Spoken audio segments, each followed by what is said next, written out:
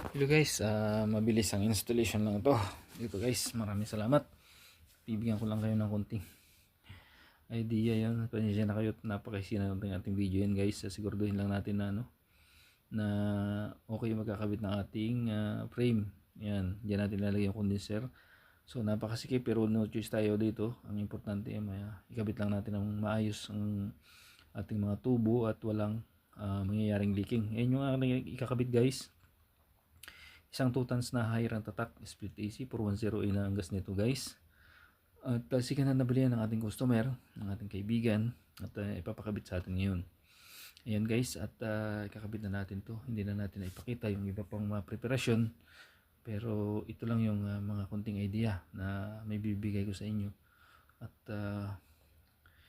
nagmamadali din tayo kaya hindi na natin na video pa yung ibang mga ginawa natin. Basta importante lang maganda yung pagkakapantay ng ating indoor unit para sa ganun yung ating drainage ay maayos din para hindi naman meron ng mga tulo-tulo.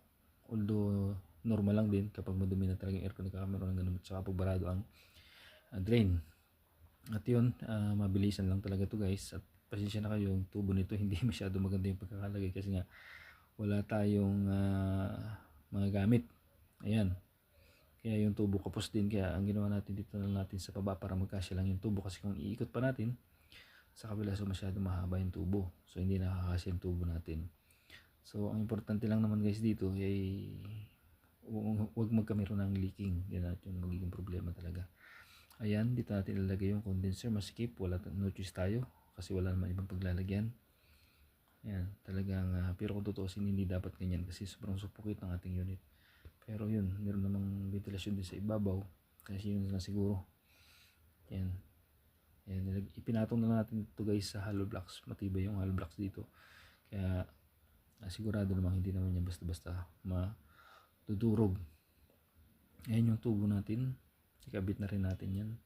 At yan guys, inaandar na natin. Nakaragahan na rin natin ito ng Freon 410A. Hindi na natin masyadong naipakita, no? At hindi na rin pala natin to guys na vacuum kasi namadalian na nga rin yung ating pagkakabit. At wala na rin yung ating vacuum pala, babagahin na natin kasi magpupurgod na rin tayo sa Pilipinas. Nandito tayo ngayon sa Saudi Arabia at ilang taon na rin naman tayo nagtrabaho dito, kaya pinili muna nating umuwi. And guys, maraming salamat at pasensya na kayo. Ito lang ating ibahagi sa inyo. Hayaan nyo sa pagdating sa Pilipinas ay magagawa na naman tayo ng maraming video makakatulong sa ating mga kababayan para makatipid din sila sa mga gastos. Goodbye, but God bless.